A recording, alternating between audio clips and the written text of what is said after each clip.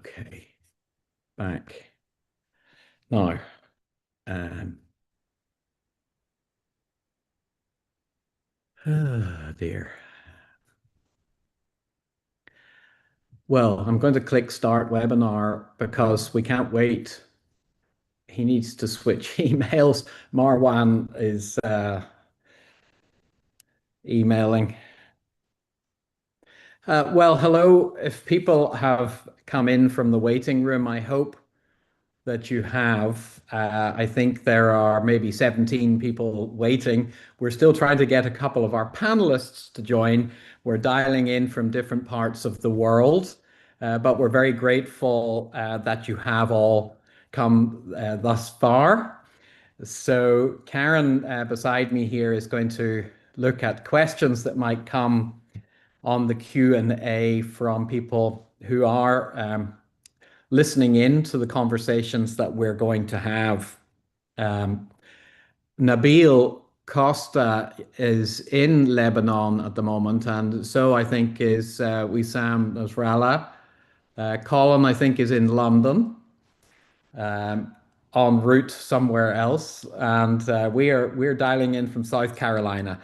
Anyway, I pray that the words of my mouth, the words of our mouths, and the meditations of my heart, the meditations of our hearts, will always be acceptable in your sight, O Lord, my rock and my redeemer, our rock and our redeemer. So we will crack on, hoping that these two gentlemen can join. Um, we've lost, oh, okay, we haven't.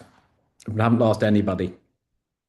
Um, it was 12 months ago, practically to the day, that Colin Bloom and I and several other people were in Kurdistan for the first national prayer breakfast in that region of Iraq.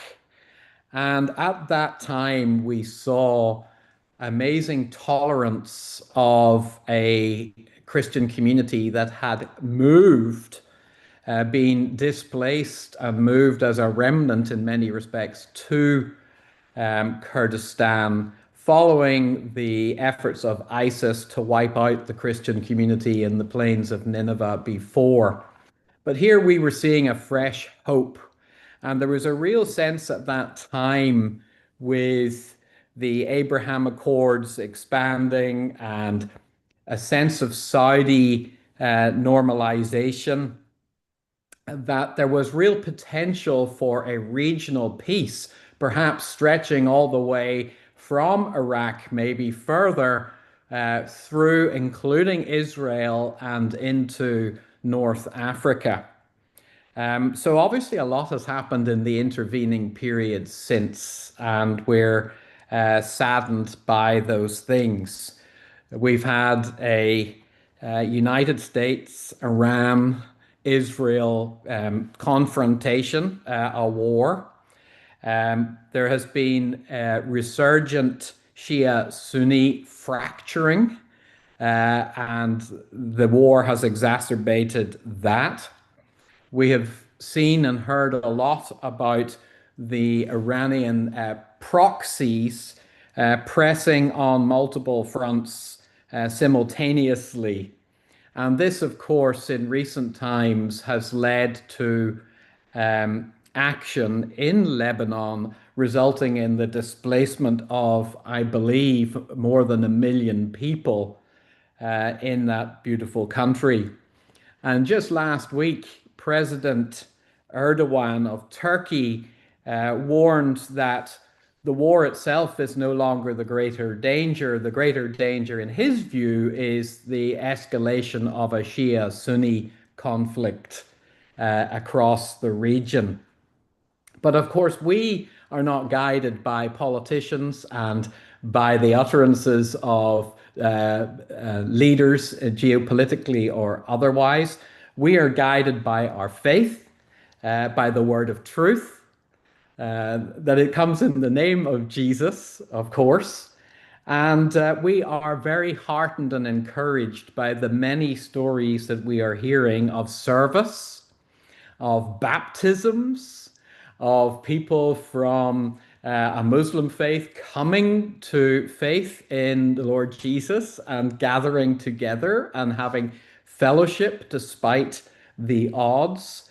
And also, of course, in the middle of this, of a church responding to the needs of people. So we know also this, our conflicts are not with countries, peoples, or civilizations. Our struggle is not against flesh and blood, but against rulers and against authorities, against the dark powers of the world, and in the spiritual heavenly realms.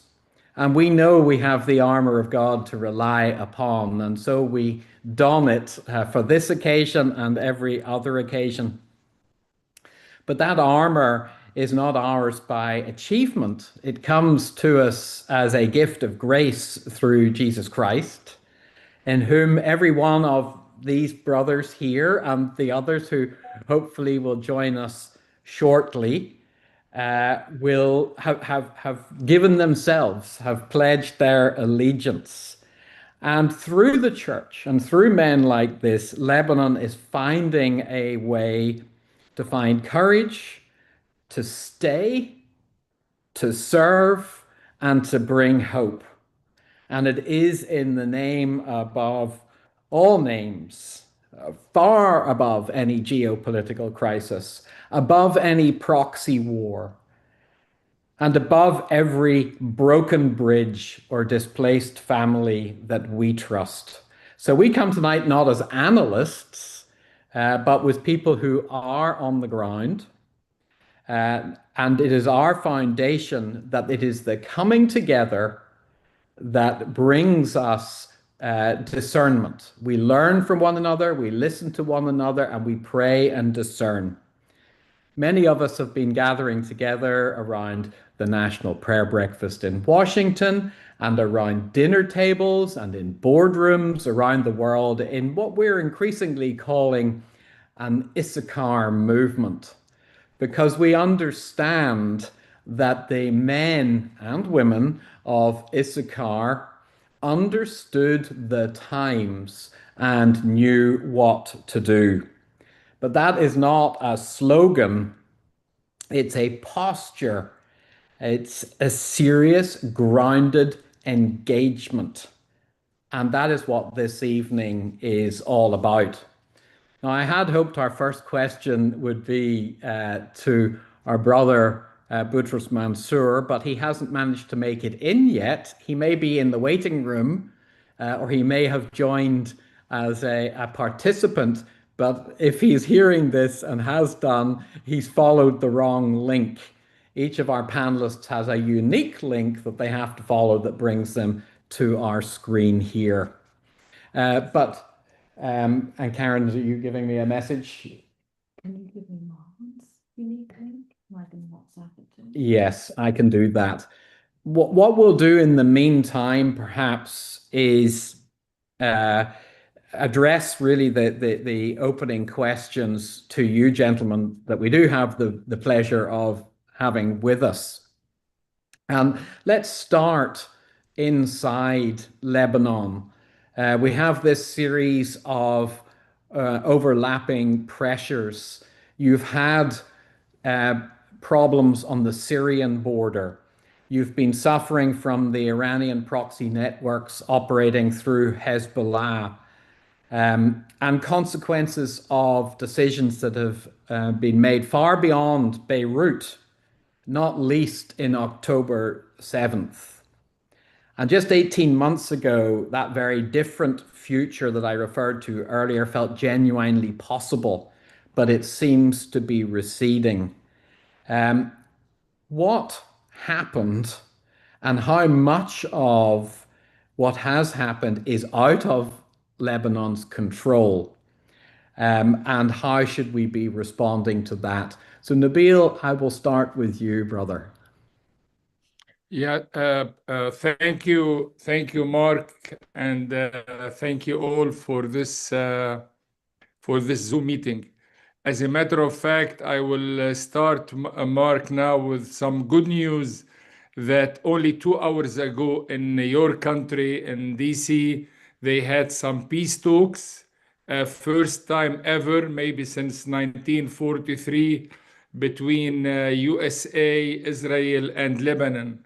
And I am very optimistic and hopeful and praying that those peace talks will continue. It was with the Minister of Foreign Affairs, Mark Rubio, and I hope it will give good results. They will meet again soon, and we're very hopeful about it. We thank the Lord. It's answer for prayer to start those peace talks.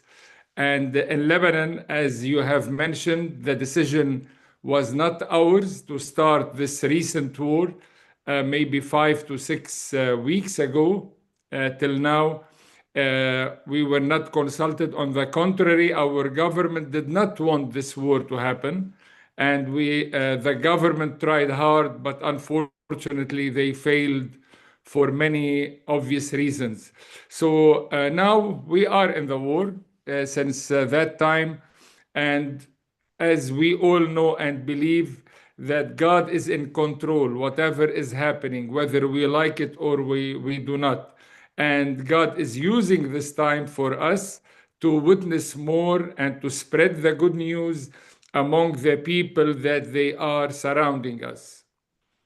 Unfortunately, lots of displaced people south of Lebanon, the Christians has left south of Lebanon by force as well. They didn't want it, but this is what happened. And we're praying and trying and helping for them to go back to to their cities, to their villages, and go back to their homes. It's not easy to have in your country 1.2 displaced, whether they are Shia or Sunni or Christians. 1.2 million outside of their homes is risky. Ultimately, there will be negative results, but we hope things will be better soon and they can go back to their homes. Mark, I'm happy to continue. Tell me how much you want me to share.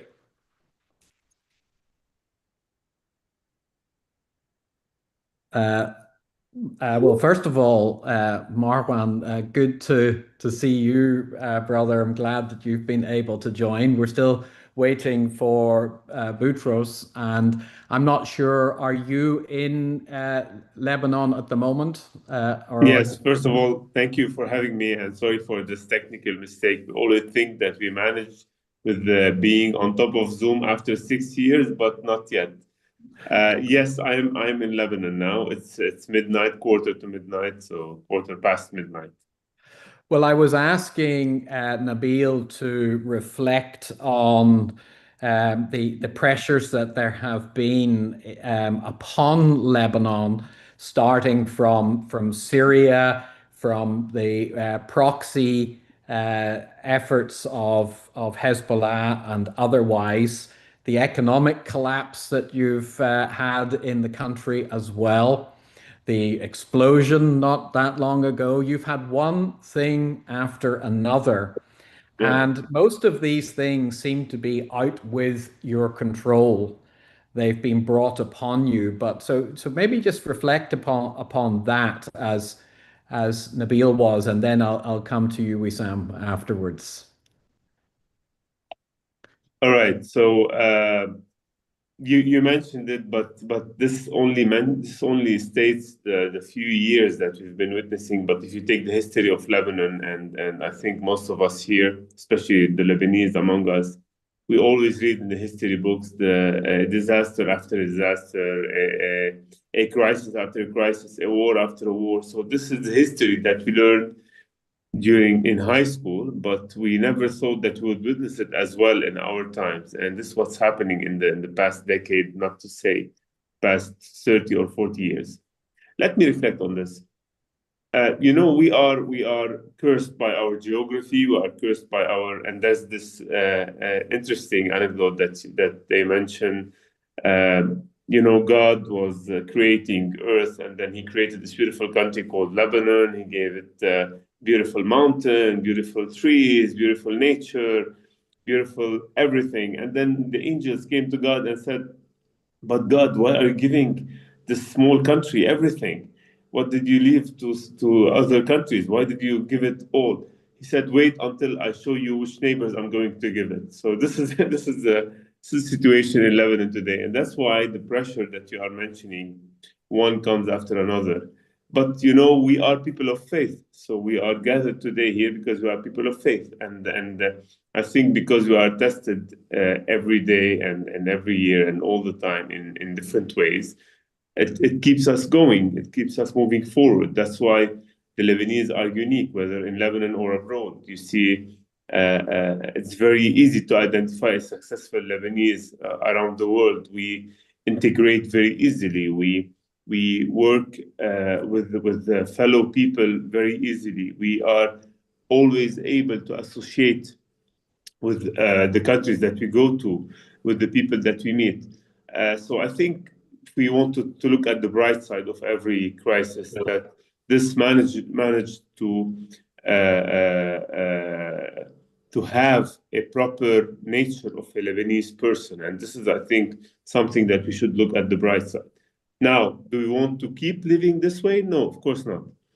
Are we resilient? Yes, we are resilient. Do we want to be resilient all the time? No, we don't want to be resilient. We want to be normal people living in normal country, waking up in the morning, worrying what are we going to have for lunch or for dinner, not worrying if we are going to live until lunchtime or until dinner time. So this is what we are working for today. Of course, we cannot do it alone. We always look for our friends around the world. We always look for like-minded people and people from the same culture, from the same set of values that understand the importance of Lebanon and the Lebanese. And I think, and I hope that this webinar would be a way for us to talk about this and try to work around these topics and maybe dig deeper or dive deeper into the current issues. Well, I'm going to click start webinar because we can't wait. Hold on a second. Something is now playing. One is me. There we go. Sorry for the interruption from the electronics. Did I stop you in mid-flow, Marwan? Or No. just finished? Sorry. My computer started talking to me. I'm trying to concentrate on the words of wisdom from you gentlemen, and we're trying to onboard Boutros Mansour from the Evangelical Alliance, but we're struggling with that just at the moment. So please bear with us. Wissam Nasrallah, also in Lebanon, a great friend and brother, president of the Arab Baptist Theological Seminary there in Lebanon. He comes from a Lebanese Canadian background, two passports, I guess, seems to be a common trait. Grew up in a Christian family in Saudi Arabia and came to faith at the age of 15. Studied finance in Paris and worked for a leading industrial firm in France. But then, of course, heard the call to come home to Lebanon and to be involved in the education process, which then ultimately led to his appointment as the president of the Theological Seminary, which is, of course, forming the theological leaders, the church leaders for the Middle East and North Africa. Wissam, yours is not an academic voice or a detached voice. The displacement and the crisis that people have been reading about is right on your doorstep. With over 1 million people displaced, what does daily life look like for you right now before we get to thinking about the seminary and the college that you're trying to lead? Yes, thank you, Mark, for the opportunity to share. For us, this is not a geopolitical story alone.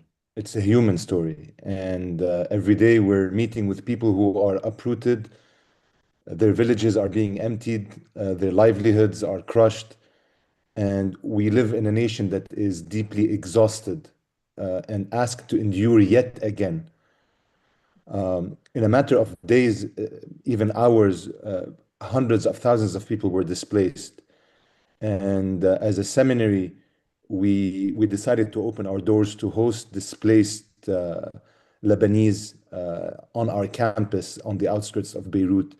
And behind every number we share, we're talking about 25% of the Lebanese population, but behind every number, there's a name, there's a child, there's a family, there's a home that is now silent. And while we try to continue with daily life, we cannot detach ourselves from the reality of what's happening to our country and to the immense suffering that our people are going through. And as Brother Nabil shared, they're going through that not because we decided this as a nation, it was forced upon us. The decisions were made elsewhere, they were made abroad. And yet, we cannot play the blame game and portray ourselves as victims. We have to do something about this. And as Christians, we take reality seriously without surrendering to it. We don't minimize the gravity of what's happening, but we do not yield to fear either. So every single day we renew our hope, which is anchored in the living God. Uh, he's sovereign, he's near to the brokenhearted. And when the future feels uncertain, and Mark, I can tell you every single day the future feels uncertain. While it does feel that, his mercy is not uncertain, his mercy is sure. Mhm. And as we read the Psalms in our morning chapels with our displaced guests, as we like to call them, we learn that the Bible doesn't teach us denial; it teaches us to take refuge in the living God, and it gives us permission to tremble and yet still to trust God, to lament, but also to pray boldly and to serve in a costly way, so that people may see the love of Christ in a very tangible and in a very direct way. So again, we've learned in the past few years that the instinct of the gospel is not to move away from pain, but to move toward pain. And we always say, have seriously, but with deep conviction. We say that we should never miss out on a good crisis. Not because suffering is good, but because the Spirit of God opens doors for witness when the world's false securities are collapsing.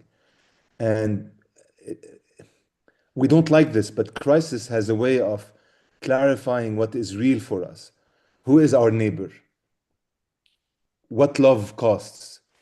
Where our true kingdom lies? So, daily life is not easy, but yet we are called to step into that Kairos moment and to be witnesses and to be present and to share the love of Christ. Well, just give us a little bit more. I've asked you to focus on that reality for most people. Tell us about, are you managing to maintain a theological seminary training at this moment in time? Tell us about your students. Tell us what we can be praying for them and where some of your students are already serving further afield and where they would hope to go in Jesus' name. Yes, thank you, Mark. So there is a tension. There's a tension between the immediate needs and, as you're mentioning, between the long work of tomorrow. And while we must respond to the emergency, we cannot abandon the enduring, faithful task of forming leaders for the church in the Arab world. We have 250 students across the MENA region. This goes from Morocco to Yemen, from South Sudan to North Iraq, from Syria to Algeria. So we cover all of the Middle East. And most of our students are operating in an environment that resembles what we're going through in Lebanon. They face uncertainty, they face persecution, and yet they are steadfast and willing to pay the cost and to serve and to bear the name of Christ where they are. Um, we have a mixed diversity, and Mark, for the first time, nearly 50% of all our students come from a non-Christian background. We've never had that. And this illustrates the shift that is 50%. happening. 50% of the 250 students come from a non-Christian background. Obviously, Wow. they're brothers and sisters in Christ today, but these are people that had to leave it all to embrace Christ. And this shows us, Is that a trend that you have tracked, that you've seen that increasing? yes, this is the second year in a row where we have that percentage. And this shows us the shift that is happening within the church in the MENA region. The future of the church will be a church that comes from a non-Christian background. I'm speaking globally, not necessarily in Lebanon. Lebanon is a different case, but this is what the future of this is what the church in the future will look like. And our role as a seminary is to prepare that future on solid basis, on good grounds, and making sure that the church will not merely survive, but that it will thrive in that environment. Well, that's wonderful and very encouraging, and I guess has already given the folks who are listening in here a prayer point or two that they can be writing down to be in agreement with you on. I'm going to get to you in a moment, Colin. I know you're probably feeling out of it there, but I'm sure you're also finding it interesting to hear the on the ground experience. And I know that you yourself, though, have got many people on the ground. But Nabil, let's just stick with you at the moment because obviously you're also in that educational arena as the General Secretary of the Association of Evangelical Schools in Lebanon. I see it that you've been one of the most active people in the Evangelical Relief and Development Network in your country for 25 years. I've known you for many years now, and I know that you've had to work through the crises that we've referred to. Um, and one of the things that you spoke to me about recently that really struck me was you're saying that so many people from the Christian community have been afforded opportunity to leave Lebanon, to go overseas, but are staying. And that really strikes a chord with me. I remember my family, Karen's family, were given encouragement and opportunity to leave Northern Ireland at the height of the Troubles, but we preferred to stay. Our families, our fathers preferred to stay to create stability and employment for people that were under their care.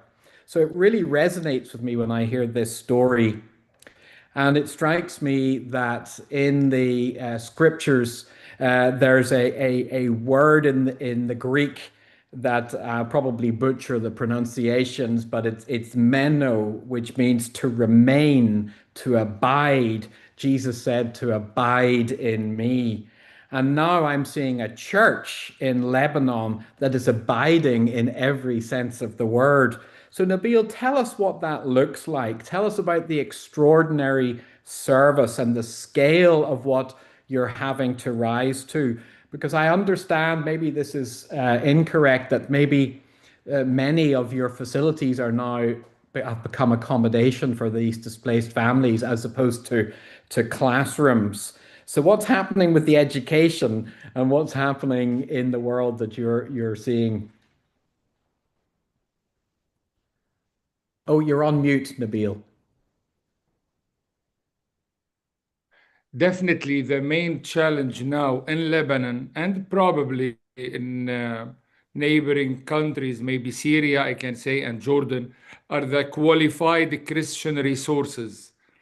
And this is the big drainage that we have, as you can expect, Mark. After today, as a matter of yesterday, 13th of April, marks the 51st year after our civil war. So basically, we've been suffering in this country since 1975. And in many countries outside Lebanon, you see Lebanese more than Lebanon. So this is the challenge we are facing. Our schools are operating, but our schools are operating with different functions. Our school, one of them, for example, Beirut Baptist School, which is in a Muslim side of the country, is operating hybrid and in presence, and a relief center for 5 public schools around it.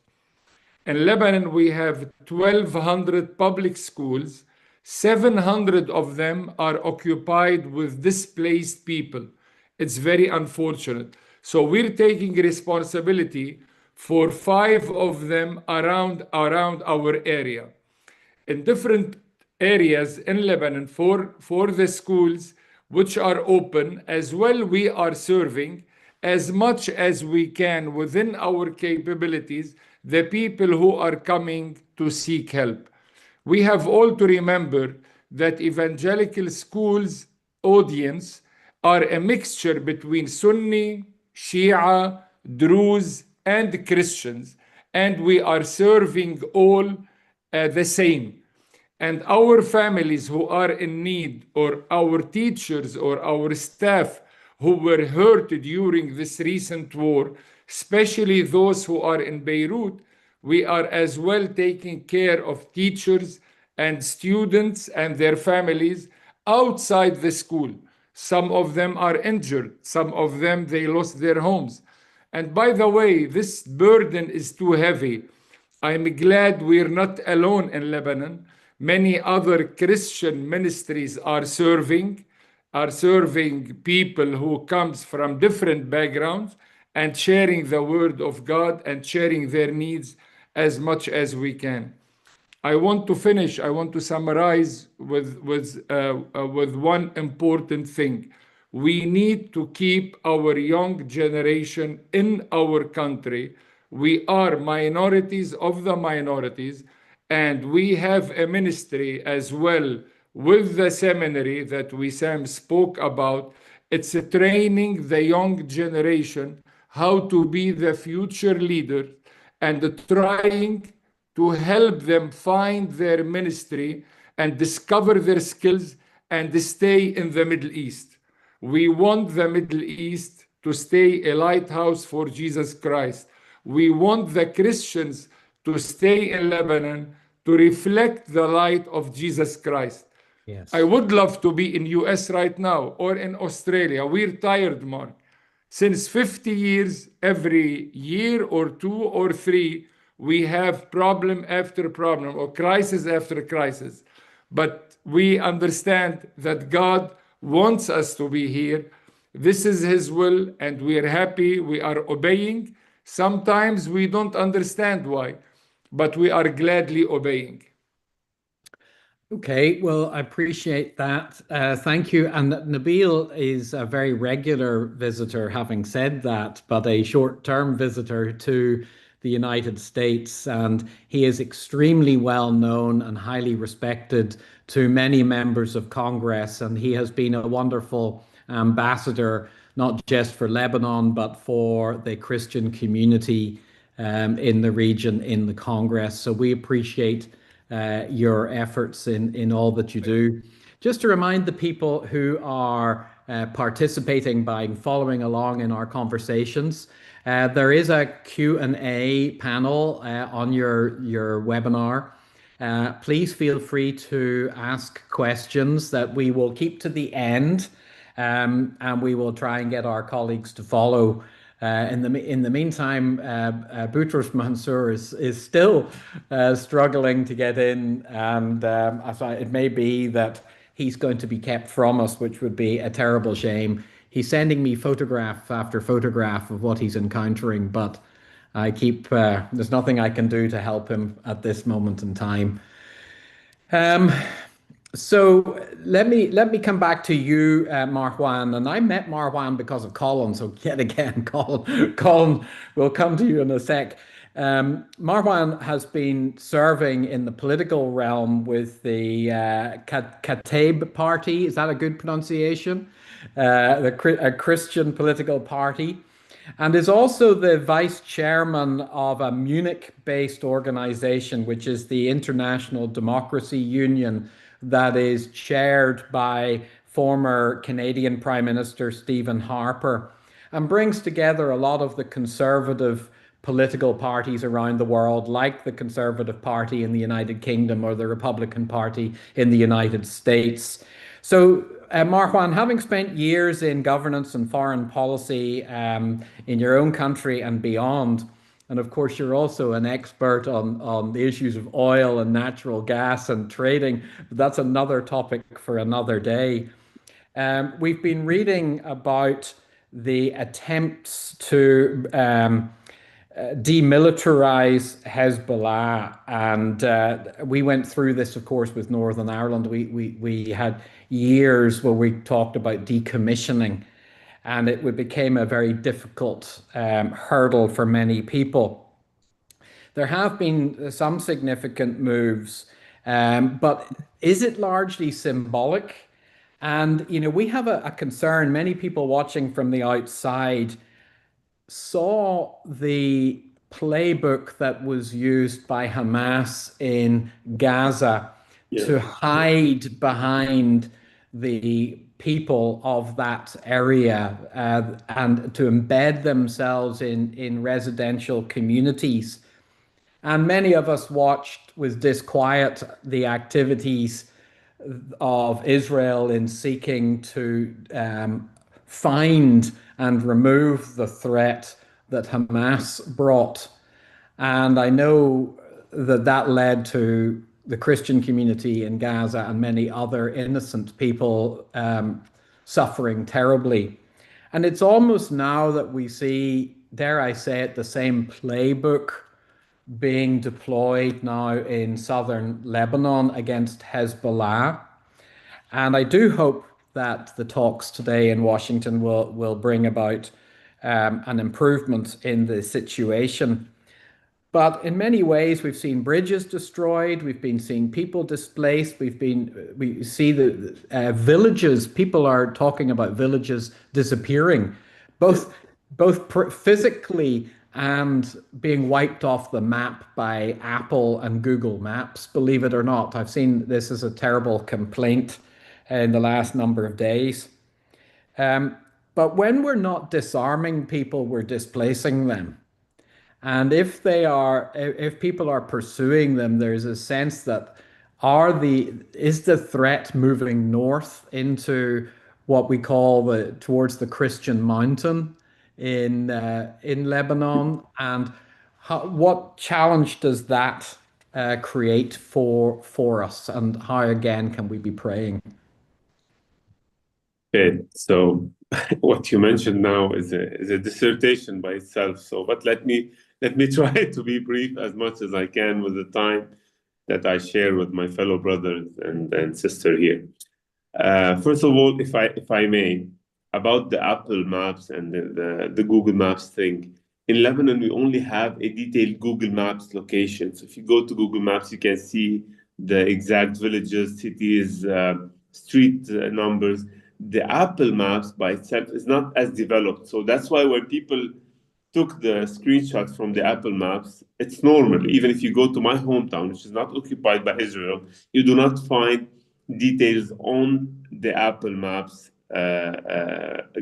app versus the Google Maps. Just not to fall into well, it's good to clear that up. Yeah, exactly. Just not to fall, because there's a lot of propaganda. Look, Israel, what's doing? This is a conspiracy theory. The US. That's not that. It's just a technical issue.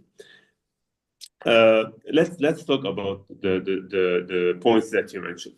Yes, we have a threatening period today in Lebanon, and yes, Hezbollah uses the same playbook as Hamas. And let me be clear, it's Hamas who is using the playbook of Hezbollah. Because let's go back a little bit in history. When the Iranian Revolution, Islamic Revolution, succeeded in Iran in 1978, the first child that they brought outside Iran was Hezbollah in Lebanon in 1982. Hezbollah, when it was created in Lebanon in 1982, it wasn't created because it was a Lebanese people gathering together and they decided to create their own party, even though we were in the middle of the civil war. But the militia called Hezbollah was created by the Iranian Revolutionary Guard Corps when they brought militants from Iran into the Bekaa Valley in Lebanon, and they trained Shia militants on the ideas of the Iranian Revolution, and then they created Hezbollah in 1982, which later became a Lebanese party because they recruited Lebanese Shia men to join their ranks, and of course they doubled the rank during the civil war. So Hezbollah is the eldest son of the Iranian Revolution. And what Hamas did later, and what the Houthis did later, and what the militias in Iraq, the pro-Iranian, did later, it was a copy of what Hezbollah did originally in Lebanon. So this is the foundation, this is the stronghold, and the strongest proxy of Iran today is Hezbollah in Lebanon. It's not the Houthis, it's not the Iraqi militias, it's not the Syrians, it's here. So that's why getting rid of Hezbollah as a phenomenon and as a militia is the toughest task that everyone can do. And that's why us Lebanese alone cannot finish the job and cannot end the problem of Hezbollah without the support of our friends. And that's why I'm happy that we have an audience today watching this webinar and interested about what's happening in the Middle East, to tell them that this is an existential angle for us. It's an existential fight for us. Because if we do not finish the problem of Hezbollah as an Iranian proxy and as a Islamic terrorist organization in Lebanon, it means we are putting Lebanon into a different war, and a different war in the next 5 years and the next 10 years. And the next war will not just be a war with Israel, because Israel today took a decision after October 7. We will protect our border no matter what, even if this means creating a buffer zone inside another nation's border. That's the decision from Israel. For us Lebanese, if we do not deal with the issue of Hezbollah today, it means one, there's no withdrawal of the Israelis towards the international border, so we still have a region of Lebanon occupied. Second, we will have a density of population in addition to the existingly dense Lebanon that is squeezed into one geography, and you mentioned, which is the Christian Mount Lebanon, the historical area that is the historical Christian area in Lebanon. So we will be all squeezed in one small geography.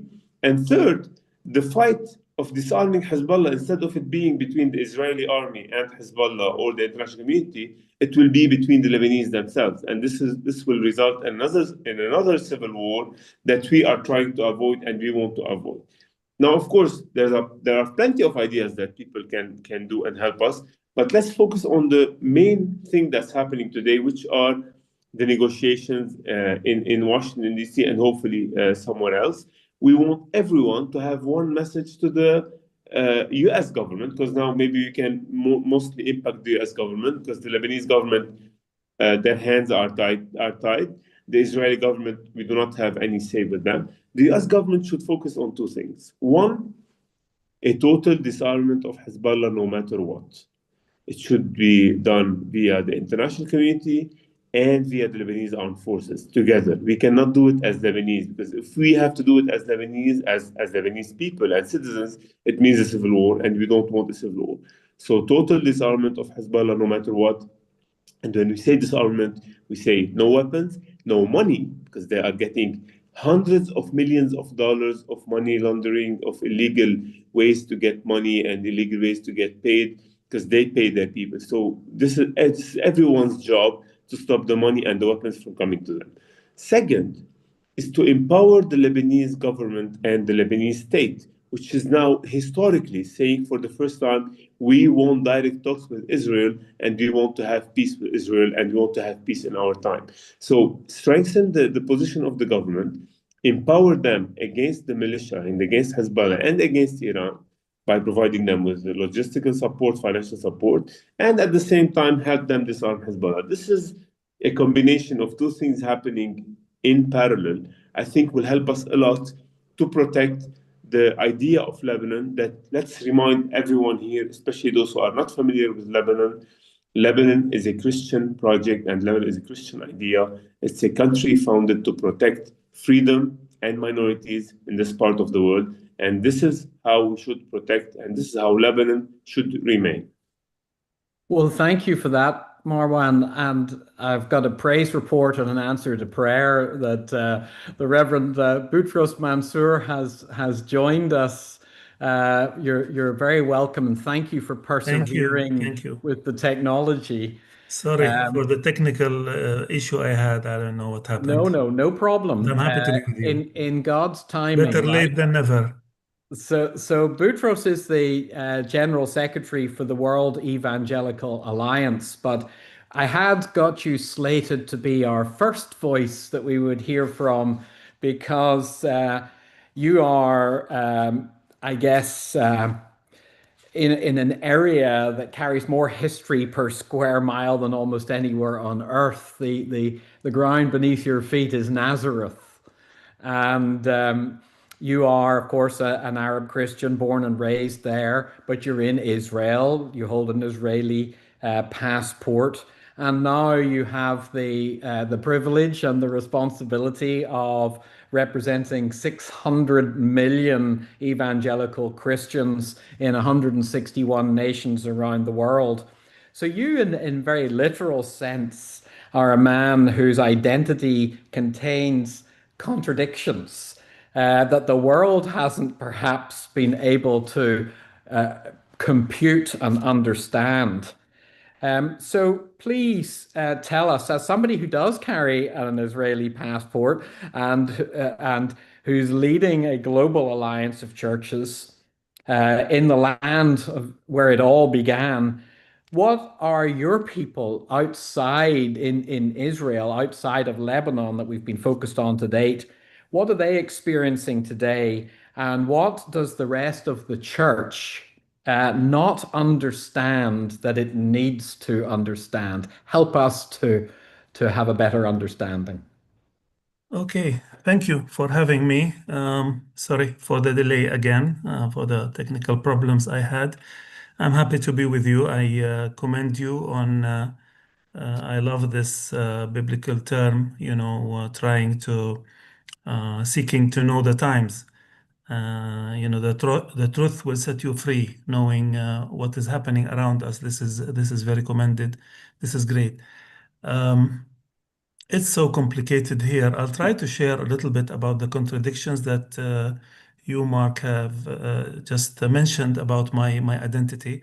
I'm Arab, I'm Palestinian, Christian, Israeli at the same time. You just figure it. I'm also from Nazareth. Nazareth is about 30 miles south of the Israel-Lebanese border. Actually, my late father, is just from a small village very close to the Lebanese border, but from the southern side. And we have connections to Lebanon. It's very symbolic that today we are talking here when just today there were direct talks between the Israeli ambassador and the Lebanese ambassador in America. Both of them, they started talking. Um, to be frank, it's still very complicated. I don't know if this anything will come out of that, but we are hopeful. We are people of peace. We are Christians.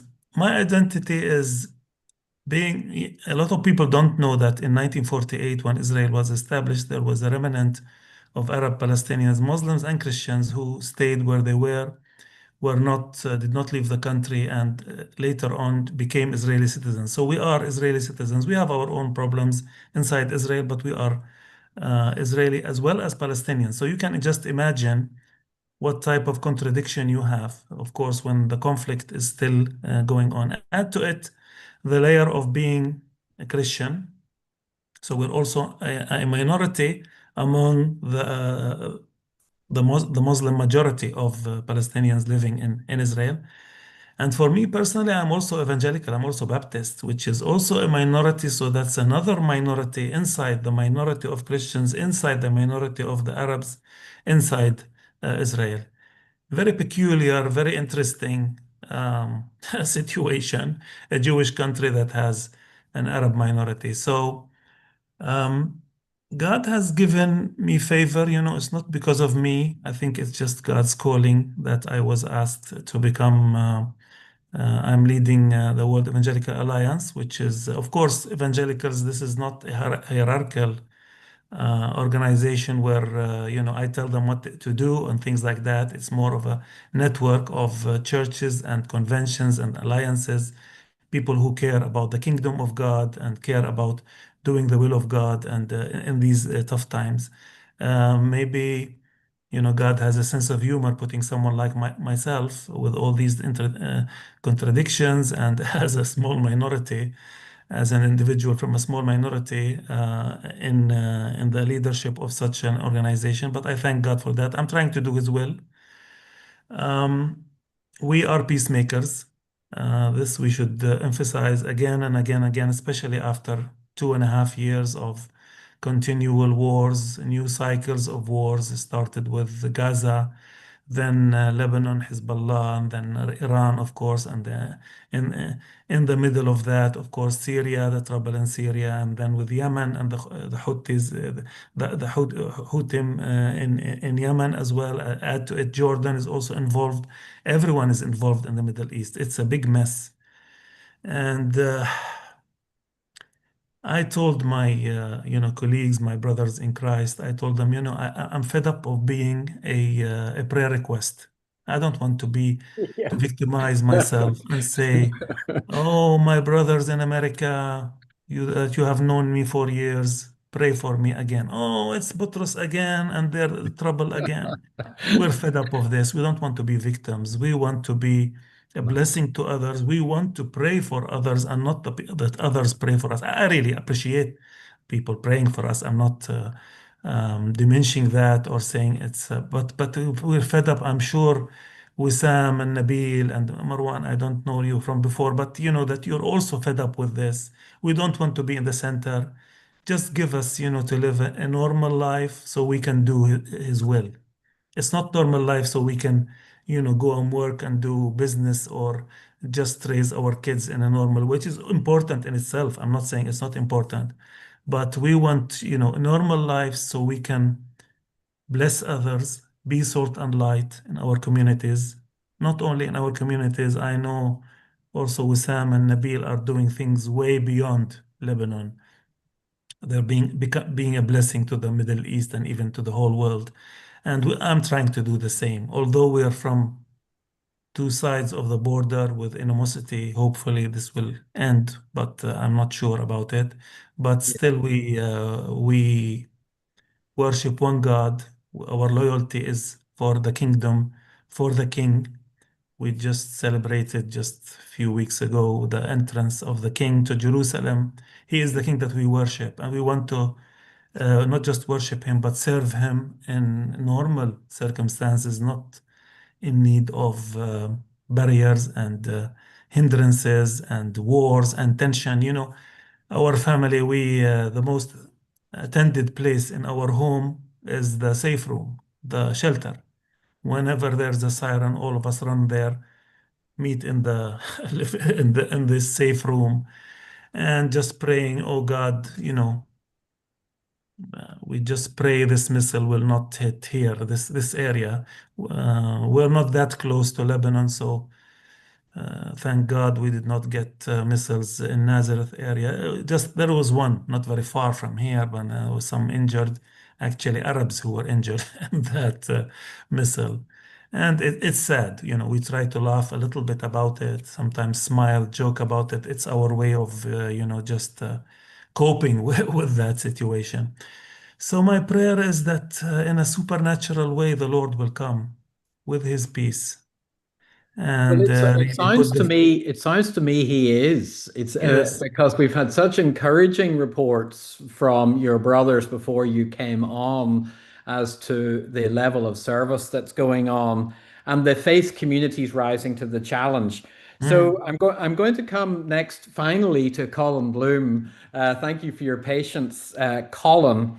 Some of you will remember during Prime Minister Tony Blair's years in the United Kingdom, his rather robust communications director once flicked away and dismissed a journalist who had a question about faith and said, "We don't do God." And it caused quite a bit of amusement, but also consternation. Well, years later, Colin, who served, I think, 5 prime ministers in Downing Street, effectively answered that remark when he authored the independent report entitled, "Does Government Do God?" And that 159-page report and 22 recommendations concluded that the faith communities provide an overwhelmingly a force for good in society. But that, of course, government can, consistently fail to understand and engage with those faith communities. So, Colin, with that said, since leaving the corridors of power in Whitehall, you've been appointed as the international CEO of Barnabas Aid, and I would say, with respect to your brother, that's a much more important job than serving in Downing Street, because you are giving voice to the voiceless and you are standing up for persecuted Christians around the world. But from your kind of intersection of faith, of government, what do you sense about the global church rising to the moment in Lebanon? What is Barnabas doing, for example, and in the wider region? Or are we beyond the church in Lebanon falling short and not rising to the challenge? Well, thank you, Mark, for that very fulsome introduction. I'm blushing. I don't know if you can see on the screen. I think before I answer that, let me just say a couple of things. The first is, at the middle of this debate, really, we are talking about a primary war between Iran and Israel, and then the Americans have really put steroids into it. And I think it's important that we make a distinction, particularly when we're talking about Lebanon and Iran, is that, from my point of view, some of the most beautiful and amazing and talented and gifted people on the planet are the Iranian people. The fact is that they've been led by absolute dogs for so long, and that we need to make that distinction between the Iranians and the Ayatollahs and the regime that have been running them. And similarly, I know that Lebanon is the main thrust of this conversation. The Lebanese people are equally some of the most amazing and talented and gifted people you will ever find. And you go around the world, there are Lebanese everywhere. I mean, there's no country on the planet that doesn't have a thriving and vibrant Lebanese community. And as Marwan was describing, unfortunately, in the middle of in Lebanon is a force for evil, which is Hezbollah. And they are causing havoc, not just in Lebanon, but in the region. And so I applaud what Marwan was saying. I think we do need to make sure that Hezbollah are removed from the equation in the same way we need to ensure that the despotic regime that is in Iran is also removed. They are causing chaos, and they are a force for evil, not just in the region, but in the world. Now, that said, I wanted to pick up on something that Wissam said. He was absolutely right. Wherever there is fear, wherever there is persecution, and we see this at Barnabas, wherever there is fear, wherever there is persecution, there is this strange thing that's happening. There is growth. There is growth in the church. And this shouldn't surprise us, because this was the experience of the early church. We saw it in the book of Acts, this incredible algorithm where you have fear plus persecution equals growth. And so we're seeing, and we're able to measure it through the work that we're doing at Barnabas, but we're able to see incredible growth in the gospel and in the church in Iran, in Lebanon, in Israel, and elsewhere. Wherever there is fear and persecution, there is always growth. Now, we don't want more fear and we don't want more persecution, but it is encouraging that in that environment, as Wissam was saying, there is growth and there is hope. I think Nabil was talking about the number of people that are wanting to leave Lebanon, and at least two of the panelists know me quite well. I've worked in Lebanon for a number of years and I've been there many, many times. Lebanon is renowned for its people moving on. I mean, they've populated the rest of the world. There are more Lebanese, I think, in America than there are in Lebanon, or something quite close to that.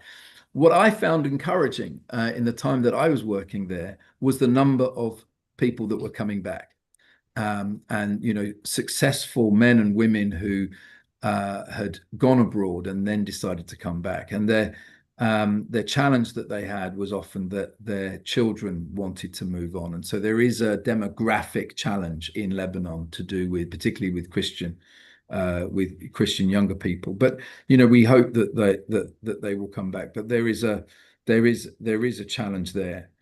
And of course, the demographics of Lebanon have changed significantly. I think once upon a time it was probably a 50-50 Muslim Christian community. I think it's significantly less than that now, and we hope and pray that that will change.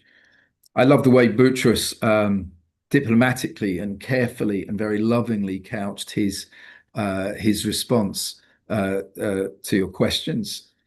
But I think, to answer your question directly, what is the global church doing? Not enough is the answer. I see too much sitting on their hands, too much sitting on the fence, and not enough straight talking. And I think there needs to be more straight talking about the absolute evil and horror that is coming out of Iran, out of the regime, from Hamas, from Hezbollah, from the Houthis, from the Iranian regime. I'm very disappointed by some church leaders who have been, I don't know if this is an idiom that translates, but they've been very mealy-mouthed. They've been very weak, I think, and very cowardly in their responses to that evil. And they need to be much braver in calling that evil out. I'm reminded, and we've got biblical scholars on the call now, but I'm reminded of the book of Revelation, when there is that long list of people that are being pushed into the lake of fire, the fornicators, the idolaters, the liars, the cheats. Who are the first in the lake? The first in the lake are the cowards. That's the reality. In the book of Revelation, the first that get pushed into the lake of fire are the cowards. And I get very disappointed by the number of church leaders that aren't prepared to call out the evil that is going on, and actually have the courage of their convictions to name it and point it out. So I hope that answers your question forcefully. That's the last thing I'm ever going to be, is a coward on these matters. And we need to be braver. And I applaud my fellow panelists, but also the Christian remnant that exists in the Middle East, whether that's in Iran, fastest growing church in the world, whether that's in Israel or Lebanon or Syria or Jordan. The Christian communities there are doing an amazing work. And let me just leave you with this thought. As you know, Mark, I spend a lot of time in the Gulf. There are more, and particularly Qatar. I spend a lot of time in Qatar. There are more Christians in Qatar than there are Qataris. I love reminding the Qatari government of this, where every opportunity I get. There are more Christians in Qatar than there are Qataris. And I'll break that down for you. 88% of the population of Qatar are immigrants, and of that, about 22% are Christians. So the 12% of the Qataris that are left, and some of them are obviously privately and secretly converting to Christianity from Islam. But it's a wonderful thing what's happening. There are 130 churches in Qatar. you know, and it's not just the Filipinos. I mean, there are Baptists, there are Pentecostals, there are Anglicans. It's amazing what is happening.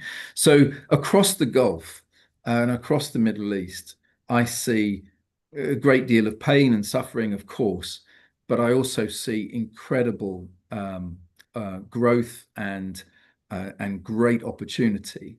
And I just wish that other global church leaders were a bit braver in owning some of the challenges and calling out the evil that does exist.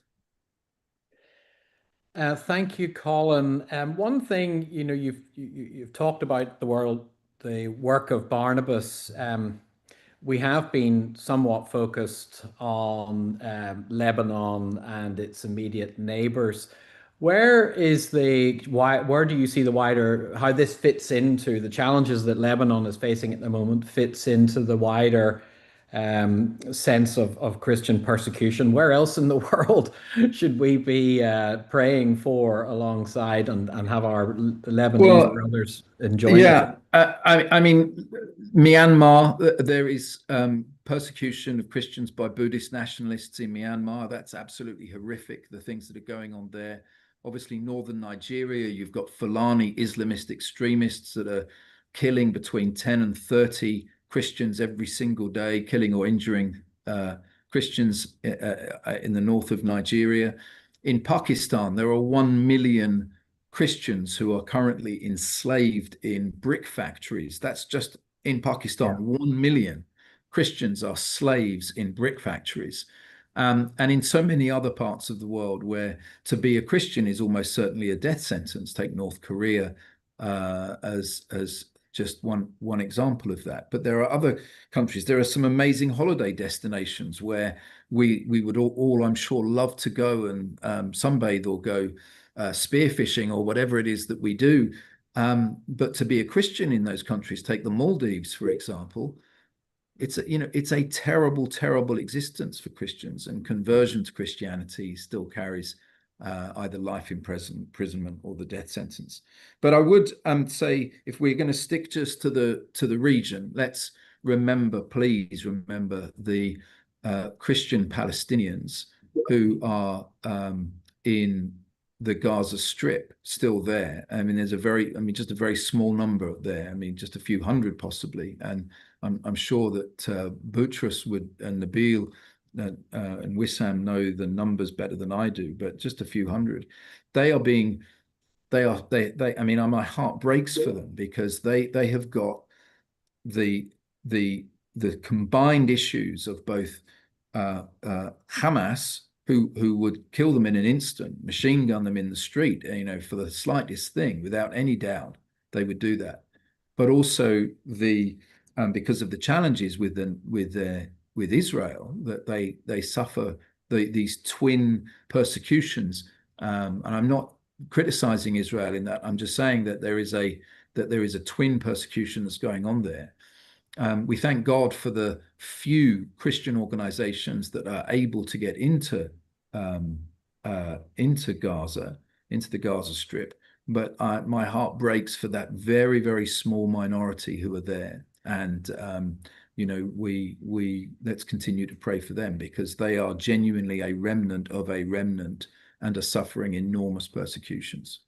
Well, thank you for that international perspective. And we're going to come on to a little bit of a wrapping up session of a question or two for each of you. And I know some of the folks who have been watching with us have been sending some questions through, so we'll address those towards the end. But before having looked internationally, thinking, Boutros, again about you, you were appointed as the Secretary General in Seoul in October, just months or just prior to one of the most polarizing events that the global church has faced in the Middle East in living memory. What has surprised you most about your role since you have stepped into it? And do you feel that being an Arab Christian in Nazareth has amplified the voice that you have in a special way? Yeah. Um, the since I started I was appointed, yes, at the end of October in South Korea, and started in my role in November. Um, it was overwhelming, naturally. I've been in ministries that are international. I've been in ministries, but mostly in local ministries in our country and in the region. But going worldwide was overwhelming for me. I needed sometimes just to check where this country or that country is on the map. I would check the atlas, on the internet, and check where each place is. But I was encouraged, I tell you, to be frank with you. Sometimes you live in a certain place and you think you're the center of the world, and everything evolves around you. And but you see that there is a revival. There is a lot of places around the world, people who love the Lord, churches who are in very difficult situations. They are trying to move forward, further the kingdom, serving the people where they live, according to every country, Southeast Asia, Latin America, different places that you would not expect. And God is good. But about the region, the war started before I was appointed, and it is devastating. We barely finished COVID, the lockdowns of COVID. They're a, they're a sweet memory today after you are in the war again. But then started this war and it cycles and cycles, and the church aches.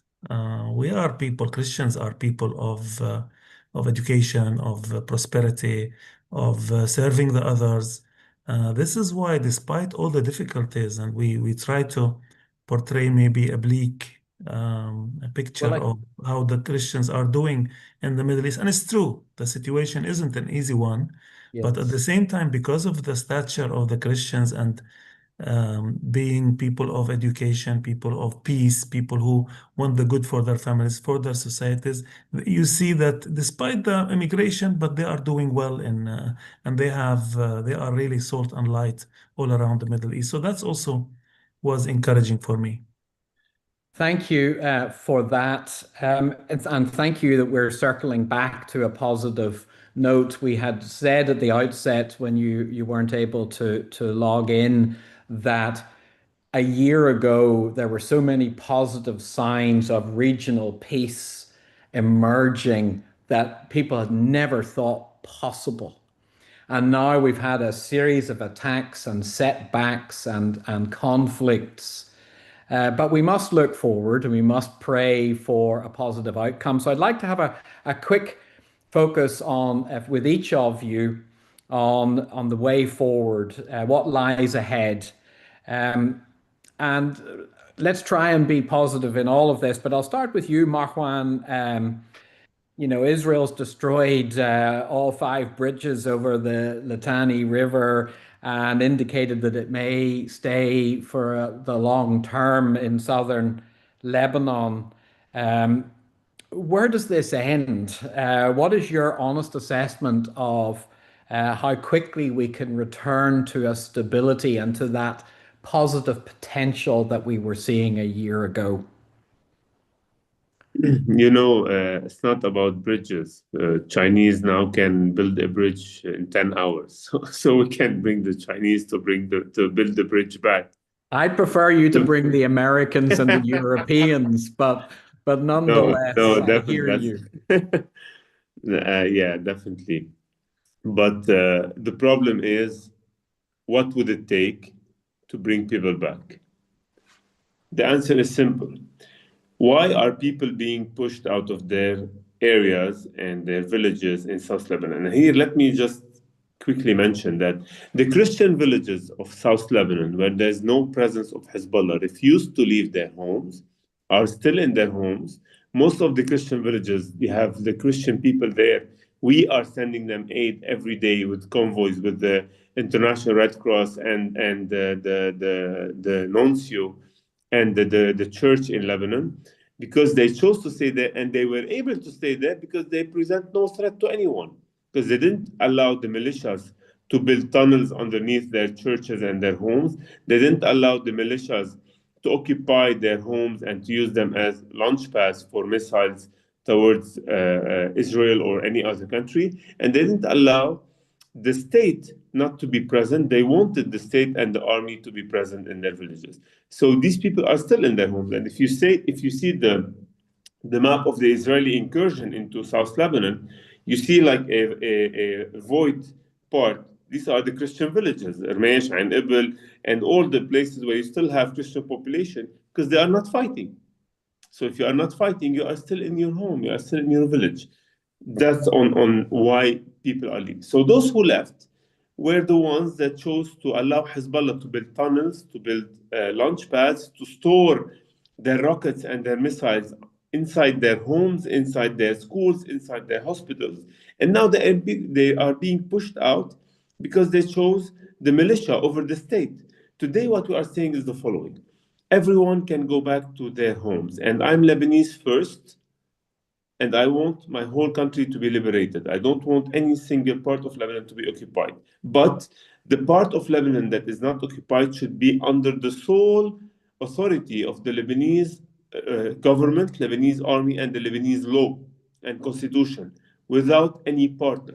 So yes, they can return on the condition of there will be no partner in arms. It's just the Lebanese army. And no partner in peace and war decision. It's just the Lebanese government that takes the decision. And no partner in foreign policy. We decide who we want to be friends with and on what terms we want to be friends with. If you want to be friends with Syria, there are conditions for us to be friends with Syria. And on these terms, we will be friends with Syria. If you want to be friends with Israel, there are conditions for us to be friends with Israel. And when these conditions are met, there's no problem to be friends with Syria, with Israel, or any other country. And I don't understand, let me leave on this note, what people in the world live to fight. Should we live all our life just to keep fighting everyone's war? Can't we just live to live? People usually, they fight to be able to live. No one fights unlimited and endless wars. So we have the right to decide to live. And this is our final fight for us to be able to live. And this is my message that I will leave everyone with. Thank you. Wissam, you, when you were inaugurated, I guess is the term, as the president of the seminary, quoted Psalm 127, unless the Lord builds the house, those who build it labor in vain. What does it mean to you in the midst of this to build, to train leaders, and to form a church in a country and a region where so much has been torn down? Yeah, thank you, Mark. It's as I think you or Colin mentioned that it's about abiding. Again, Jesus and the Bible do not promise us a trouble-free life, but they do promise us that Jesus is our refuge. And in times of crisis, we need to turn to Him and abide in Him and on His word. We have this image that we've used often here, especially in Lebanon. I mean, this series of crisis has been going on for 6 years now, 7 years. And after every crisis, we think, all right, probably there's light at the end of the tunnel now. And we realize probably there's no light at the end of the tunnel anytime soon. However, God is calling us to be the light inside the tunnel in times such as these. So instead of waiting passively, we are called to be steadfast and ministering actively, being the light Christ has called us to be. And so instead of looking at the horizons, Christ is calling us, look around you.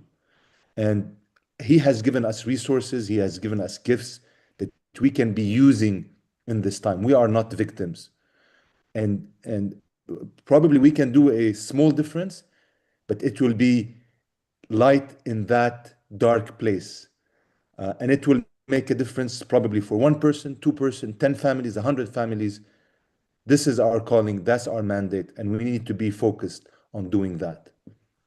Well, there's something that we learn in the scriptures. Thank you, Wissam. There's something we learn about the men of Issachar, that they understood the times and knew what to do. So they were commended for that. But if we go earlier into the book of Judges and read, I think it's in Judges 5 and 6, the men of Issachar were with Deborah, who, of course, was the judge and the commander of the army. And she commended them for taking action, not just for understanding the times and knowing what to do, for actually doing it and going into action and into battle with her. So turning to Nabil first, and then Boutros, and then finally Colin, let's think about concrete action. Nabil, from your perspective, what would make a material difference to the communities that you serve? To be to be agents of peace in whatever we do, and reflect the love of Jesus Christ in whatever we do, and reflect it to everybody. We cannot decide and judge who to help and who to serve and who to care for. God has a plan. We do not understand it, especially in Lebanon. We're always surprised. But in any situation we are in, we have to reflect His love to everyone. And I have to remind myself and remind everybody, we are living in a country which have been corrupted for over 40, I want to say maybe 50 years. We've been under the influence of Palestinian for many years, and then Syrian, and then Iranian. Yes. Since 1 year now, since we have a new president and a new cabinet and so on, we feel some freedom, although we didn't enjoy it a lot. We felt some sovereignty, although we didn't enjoy it yet a lot. So wherever we are, and with our past that we all know it, now we're looking to a bright future with a peaceful heart and hoping this country will continue to be a light for Him. And before I finish, I would like, if I might say, a prayer request for us and for your country to continue helping Lebanon to get the real peace. As Marwan said, we always remember fighting for a reason or another. We need to live peacefully and like any other civilized country, because this is how God wants us to be. Thank That's you. a very good point, Nabil. Thank you. You know, coming from Northern Ireland, I know that we would never have had peace back in 1998 if it wasn't for the love and care and attention lavished upon us by America, and not by one individual, by successive administrations and by members of Congress. And, you know, we talk about it being a peace process. It is an ongoing process and an ongoing process of post-conflict transformation. So I will absolutely pray that for you. Boutros, with regard to this, what more can be done practically? I guess you should look at your alliance that you represent. What would be your hope and prayer that the global alliance would do and support in Lebanon and Israel and the wider region? Two things. One is looking at the gospel from a holistic point of view. Here in Nazareth, when Jesus entered into the synagogue and he opened the book of Isaiah and he read from Isaiah 61, the Spirit of the Lord is upon me, as He has anointed me to preach the good news and then to heal, to release the prisoner, and so on. So it dealt with all sides of the human nature, also psychological, also physical, also spiritual, of course. So my prayer is that we not narrow ourselves to doing the gospel or sharing the gospel in one way, evangelism or something, but doing it, touching the people with the love of Jesus in a different way. So that's one. Number two is collaboration.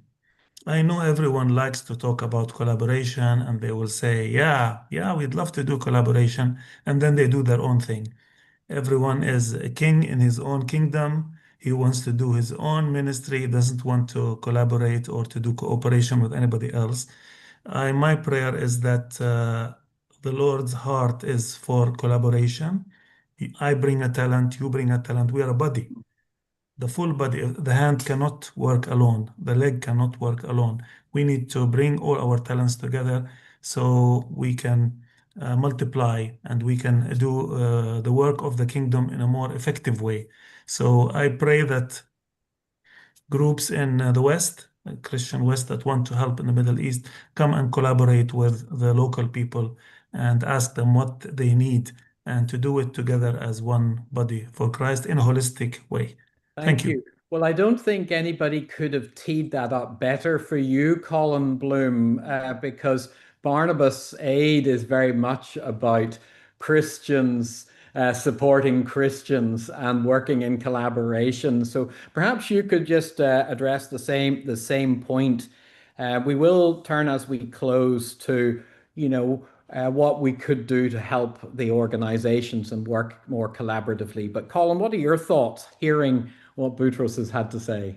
Yeah, I mean, I wish there was a way of putting thumbs up on the screen like you can on some of these things. I was cheering everything that Nabil and Wissam and Marwan and Boutros was saying. I'm reminded. I think it's Matthew.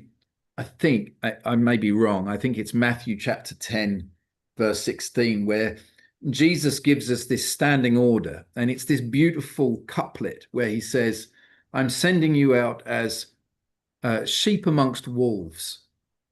You have to be as innocent as a dove and as wise as a serpent. And so Wissam's nodding. I get the quote right, Matthew 10:16, right? And I think that it's very easy just to be as innocent as a dove. Very easy indeed, just to try and be as innocent as a dove. It doesn't absolve us of the responsibilities that we have as believers of using our brain and, sometimes having to do things which are unpleasant to get peace. But, we're called to be peacemakers, not peacekeepers. And peace, sometimes making peace does involve being as innocent as a dove and as wise or as crafty as a serpent. And I think, my brothers who are on this call now, they know they're in the middle of it. They are genuinely being sent out as sheep amongst wolves. They know this better than I know it. My request, my prayer, my hope is that those of us that are able to strengthen them and support them so that they won't just be as innocent as doves, but they will also be as wise or as crafty as serpents, because they're in a fight for their lives. It's an existential threat to the survival of Christianity in the cradle of civilization, if you want to put it like that. And so I take the words of Jesus very seriously. He gives us this straight command. I'm sending you out as sheep amongst wolves. And our brothers know this, but you have to be as innocent as doves. And the important thing is, and it's not either or, it's both, and as wise as serpents. We hear a lot of talk about coexistence and peace. There are some people you can't trust. There are some people you can't ever do a deal with. There are some people you can never take to a dance. And we know who they are. They've been trying to kill Christians and kill Jews. And even some of them are trying to kill moderate Muslims. And they've been trying to do this for years and years and years because they have got an ambition to kill and destroy. It's like John 10:10. Jesus says, the enemy comes to steal, to kill, and to destroy, but I have come to give you life and life to the full. We must never forget that. But Well, what a great way to wrap up. And I think we need to, as we've got to the end of our time. Karen advises me that there have been lots of questions asked and answered on the chat whilst we've all been talking, which is amazing. Thank you all for both asking them and to the panelists for contributing to the answers. We will share all of those questions and answers with all of you who are watching and have participated. Thank you for sharing your emails. I'd like to thank all of our panelists, Boutros and Marwan and Nabil and Wissam and Colin, and Karen for helping me here on being tech support as well in the midst of everything else.